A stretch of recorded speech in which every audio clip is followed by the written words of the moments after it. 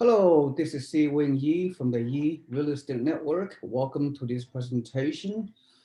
Real estate investing, we're gonna start with the rental market, with the housing, what's going on in the overall big picture. We can discuss miscellaneous topics as well in this approximately 20-minute presentation. Once again, I have my esteemed special guest, Mr. Richard Advani from Supreme Lending. He is a real estate investment loan consultant, and he and his company is one of the leading loan advisors in the country. He does investment loans in all 50 states, and he also does owner occupy purchases with mortgage loans as well as refinancing. So he covered all areas. He has a very good team. He has done tons of business. He understands real estate investors, what are their needs, how to incorporate financial strategies, financing strategies, that is, to help people leverage their wealth to achieve their financial dream with real estate investing. So welcome once again, Richard Advani. So we're gonna, I know he's extremely busy with, as always, he and his staff does tons of loans, not only through our real estate investment network, but he also get a lot of referrals from other real estate investment clubs throughout the country. So thank you, Richard Advani. So without further ado, we're gonna talk about, I'm gonna share the screen first. I'm gonna play this video very briefly for maybe even 1 minute, then I'm gonna stop sharing, then we will continue to have a discussion about what's going on with today's real estate investment world. So let's proceed. All right, here we go. At record highs, demand for single-family rental homes is soaring, and so are the rents. Single-family rents were up 5.3% in April. That's the largest gain in nearly 15 years. Rents for single-family detached homes, as opposed to townhomes, were up even higher, 7.9%, as millennials in particular seek more outdoor space. Rise in rents came across all categories, although higher-priced homes saw the biggest percentage jump. All right, so that's the most important piece of it. I'm gonna stop sharing the screen. We'll go back to our view mode. So the takeaway for this video just came out this morning. It sort of validates what's going on with the housing world. So I'm speaking on the behalf of a real estate investor, right? So when a real estate investor, they need to buy a cash flow home. That means they have to buy a home that is priced correctly, and then they have to project a monthly rent which allow them, the investor, to achieve positive cash flow with typically 20 to 25% down payment. So, so I know we've been hearing for the past, especially for the past 18 months, housing appreciation has skyrocketed all over the country. And so again, let me go over the niche that we do. As a real estate investor, we help our investors to buy turnkey properties in the best cash flow markets in the country, typically in the South and Southeast. In the areas that we are promoting are in Austin Metro in Texas, and San Antonio, Texas, and in Southwest Florida, Cape Coral, that area in Florida, and then in North Carolina, Raleigh, North Carolina. We're promoting in the state of Alabama, rental homes, and Buffalo, Niagara Falls. So we cover many markets. Even before the pandemic, historically, the reason our real estate investors have been successful is because they get cash flow. They get very good rents because we have property managers in place with every market, with every team in those markets, and they find renters very, very easily. So so even before the pandemic, our investors, when they close escrow, they are seeing like 20 to 30 rental applications per house.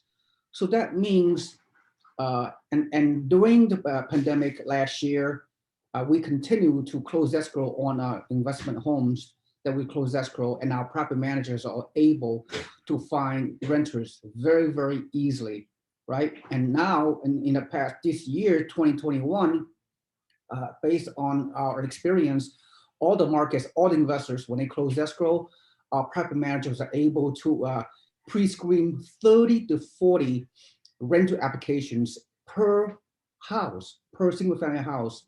So the rental market is very, very strong. The occupancy rate is almost 100%. The vacancy rate almost not existent.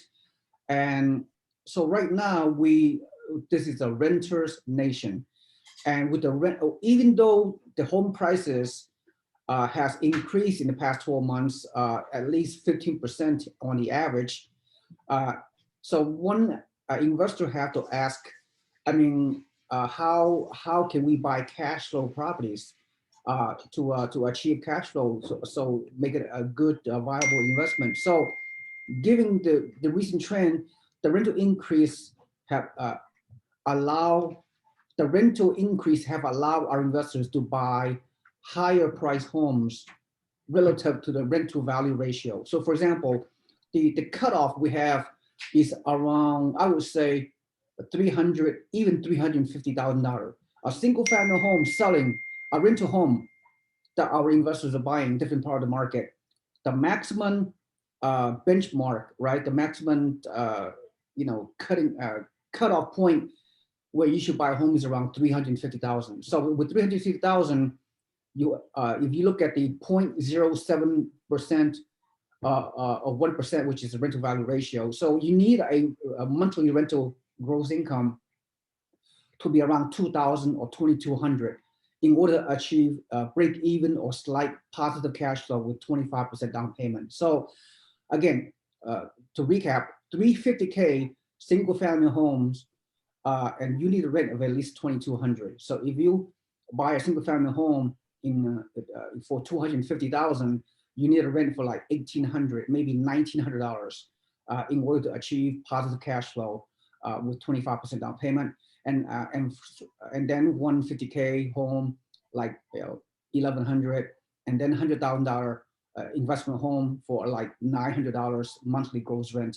So that's the benchmark, right? So so the reason why the home ownership, the reason why this is a renter's nation moving forward, all these years that Richard and I, Richard does investment loans for many investors, on a weekly basis, right, Richard? For the past, who knows how long you've been in business, more than a decade, and you see the rental, the rents are rising because we have been hearing the demand supply in the housing market is really is such a big disparity because there are so few homes available to buy for everywhere in the country.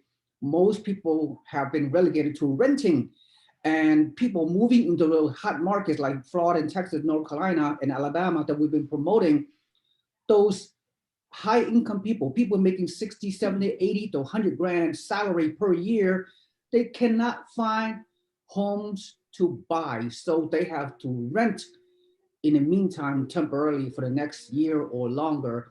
Couple that with many people that cannot qualify to buy a home because of a lack of down payment, lack of good credit, what have you, or maybe they're scared to buy a home to whatever, they become renters. So right now is the best time for investors, to turnkey investors, to mom and pop investors, you guys out there, to buy to buy investments, because you know that the rental market is so strong. You know the rents are catching up with the rising home prices. So with that said, Richard, if you can share your thoughts, can you kind of share the recent investment loans that you have done with your investors? You don't have to be too specific, and see what has been the trend. What kind of investors that are coming through to you to do investment loans? I mean, with respect to when you interview your loan applicants, Richard, and you do a good job at that.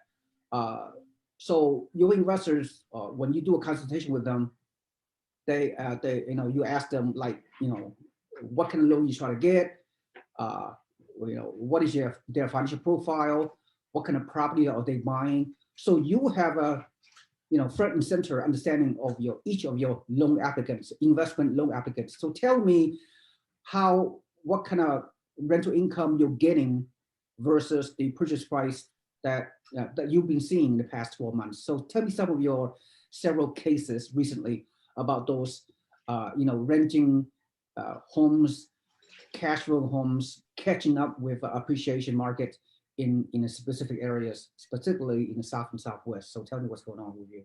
Yeah, absolutely. And, good points, excuse me, that you made thus far. For the first time in, man, I feel like 4 or 5 years, we're really starting to see rents significantly increase across the country in really all the markets, which what's that's basically allowing is, as a lot of us have bought a lot of properties in the last 5 or 6 years, and we got very used to paying certain prices for those homes. And, as demand has gone up, as lumber's gone up, the same houses that we were buying a year or two ago are significantly higher, which makes it hard for a lot of investors to buy something, a year ago and then buy another home that's almost the same for 30, 40 grand more. So what we have seen is obviously rents have finally started going up in markets across the country, which is great because those of us who bought properties over the last 5, 6, 7 years, wow, talk about cherry on top. Our cash flow went up by 3-4%, literally. Rents going from 1550 to 1750 makes a huge, huge, huge difference on your bottom line. But also what we've seen is it's also allowing a lot of newer investors to come in, whereas, 8 or 9, 10 months ago, a year ago, a lot of times it may have gotten hard to make those numbers work in those extremely high growth markets that we want to invest in, and the Austins, everywhere in Texas, the Floridas. It was getting increasingly difficult to buy into those markets. So we are seeing an influx of newer investors, which is awesome, as well as, seasoned investors coming back for round 3, round 4, round 5, just because of their positive experience thus far. And as that article you played, that newscast you played mentioned, and as I've been hearing on the news a lot too, is, rents keep going up and they're going to continue to go up. And a lot of that is really attributed to, millennials in general, especially with COVID, are interested in living in the suburbs, are interested in yards, are interested in having a little more space. Whereas, prior to pandemic, the general consensus was that millennials are getting more geared towards that kind of eco-centric living, where they walk everywhere and they bike everywhere and they live in apartments. Well, the world's changing and the world's changing very quickly. And that's really benefiting us as obviously real estate investors. And then another thing to keep in mind too, is there's such a big crop of very, very qualified people, renters, that are actually technically home buyers, right? They tried to go and buy homes and they've been priced out, or it's too competitive and they're throwing in the towel. And guess what? Those make amazing, amazing tenants for properties that we're trying to rent out. And the fact that most of what SeeWing's selling is new construction as well, it's appealing to those same home buyers that kind of got priced out, because they still get everything associated with that new home purchase, right? It's still a brand new home. They're going to be the first tenants in there. So we're seeing a good crop overall of home buyers come in. And then not to mention, I haven't had many vacancies in the past year and a half. And as and when I'm getting them, my rents are going up dramatically. So, normally your biggest nightmare is turnover. You want the tenants to be as long as possible, but man, these days I'm almost happy when the tenants are deciding to move, because I know I'm getting that huge bump up in rent for the next crop of people coming in. And then on top of that, there's 6, 8, 10 people lined up to rent every house. I mean, it's the same as what's going on in the home purchase market.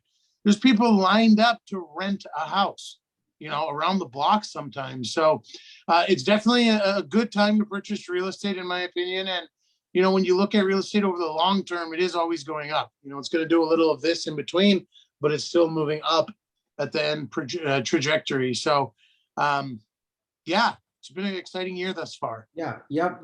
Great, Richard. I mean, again, what you said is really resonates because, again, for the past 18 months, I have experienced hundreds of our investors. When they close escrow, they are able to get their property rented very, very quickly, even before they close escrow. So the future is very bright. But let's look at the reality. The reality we've been seeing, we've been we've been hearing on the news, Richard, everyone, right, is that the supply of homes is still very, very challenging. And we're talking the normal inventory of homes. The normal market is typically like 6 months of inventory, right? I mean, that's the benchmark. I mean, in many markets all over the country, in almost every cities, we've been hearing still to this day. I mean, we are in the middle of the year 2021. There are a typical area is like they have like 2 to 3 weeks of supply of inventory available. I mean, this is absolutely mind-boggling. So what does that mean? That means that the demand and supply is such a big imbalance.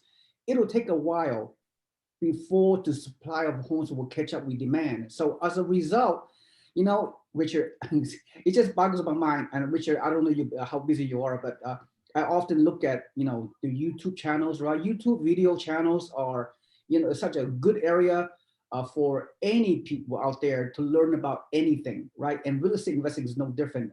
I've been hearing all this kind of so-called YouTube entertainers. They always, you know, dis they always promote videos that will talk about doom and gloom, right? I mean, the real estate gonna crash. I mean, the world is coming to an end. Don't buy real estate. You should wait until the market calms down, or it's a bad time buy, or there's a foreclosure, a wave is coming.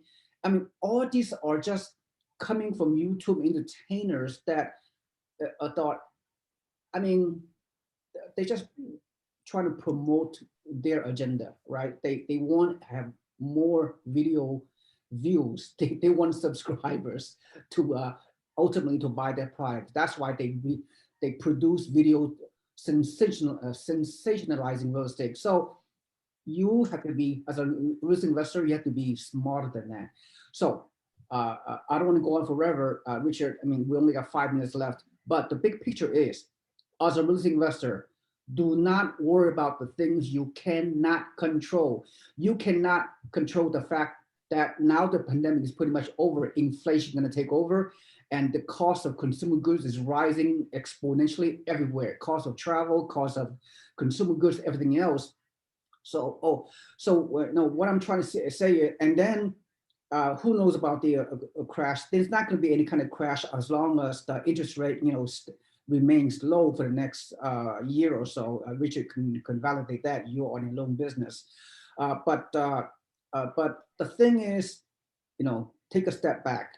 As a real estate investor, whether you're a newbie or a experienced investor, all you need to worry about is buying a whole and invest for the long term. We already established it on this presentation, Richard and I, that the biggest risk of investing is that you can't find a tenant or whatever, or the vacancy factor. We're not seeing any of these things for the reason we just stated. So look at the big picture. Okay, find a property you can achieve cash flow. If you want to buy, like I said, right, the rent is increasing. That's a great sign. So as long as you think the long term, as long as you're going to have renters in your house for the foreseeable future, and you can and your mortgage and your debt obligations on the purchase of your rental property are offset by the rental income. Just think long term. You have to think 5 to 10 years. The thing you cannot control, or potential correction, potential bubble, potential real estate crash, whatever, it does not matter, because you have to think about, you have to understand that your renter that can rent your home for at least 1 year or more for the next 5 to 10 years. That's all you care. For the next 5 years, you have to ask yourself the question, am I going to get the renter? Okay, am I going to get a decent amount of cash flow? Am I going to get appreciation? So don't worry about all those doom and gloom scenario. Okay, so don't let the media people scare you. Focus on your goal. Focus on your long-term investing. And as a real investor, as long as you buy the right kind of property, put yourself have a good team to help you. You'll have a property manager in place in the local area to do all the work for you. I mean, is really that simple. So that is my recap. That is my takeaway. So for the next 2 minutes, we can conclude. But Richard, what is your recap? What is your takeaway about what I just said and the purpose of this presentation? Well, first things first is, I hear a lot of the doom and gloom people as well. And, contrary to what happened 10 or 11 years ago, where people were getting loans that they shouldn't have gotten. And, all you really needed was a pulse really to get a loan and a good credit score. Things have changed a lot, obviously, this time around. And there is a lot of emphasis put on, obviously, and regulations put in place to make sure that people that are getting mortgages and qualifying for homes do have the ability to make those payments. So, overall, I think the real estate overall industry is going to keep increasing. The demand is through the roof, and the demand's not going anywhere, right? There's more and more people on this earth, in this country, every single day. People are living longer. So, as a whole, I think real estate is going to keep moving up. And, people ask me very often what I think of timing. I bought real estate very cheap in the last 7 years, and obviously now it's more expensive. And what would I do if I bought a piece of property today and 2 years later it was worth less? I'd buy another one. It's much like any investing. You got a dollar cost average, and if you try to time the market, very often you get left behind statistically and leave lots of money on the table. So my biggest takeaway I would really say is, get off the sidelines and make some investments now. Because, even in the real estate market, I had investors 3 years ago saying, well, most of the growth has happened. Most of the appreciation has happened. I'm kind of going to wait for the market to drop. And then what's happened in the last 3 years has gone up 30%. And rents have gone up as well. So, sitting on the sidelines, I think more often than not is going to, not allow you to play in the market and capture some of these gains and capture some of the growth. So I would say dollar cost average if you can. If you've got 150,000 to invest, buy a property, wait 3 months, buy another one, wait 3 months, buy another one. That way you're buying at different points and you're able to evaluate the market versus just sitting on the sidelines and doing nothing. Yep, well said, Richard. I want to give you one more thought. I mean, here's my philosophy, and Richard heard that before. Buy real estate and wait. That's number mine.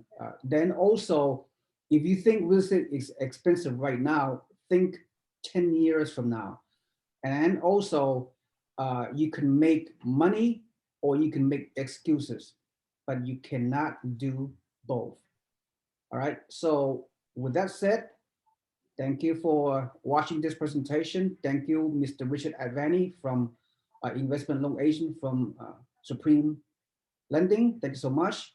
Hope you get a lot out of this podcast, and we'll see you soon for another good content podcast coming up next time. Thank you so much for listening. This is SeeWing Yee from the Yee Real Estate Network and Richard Advani.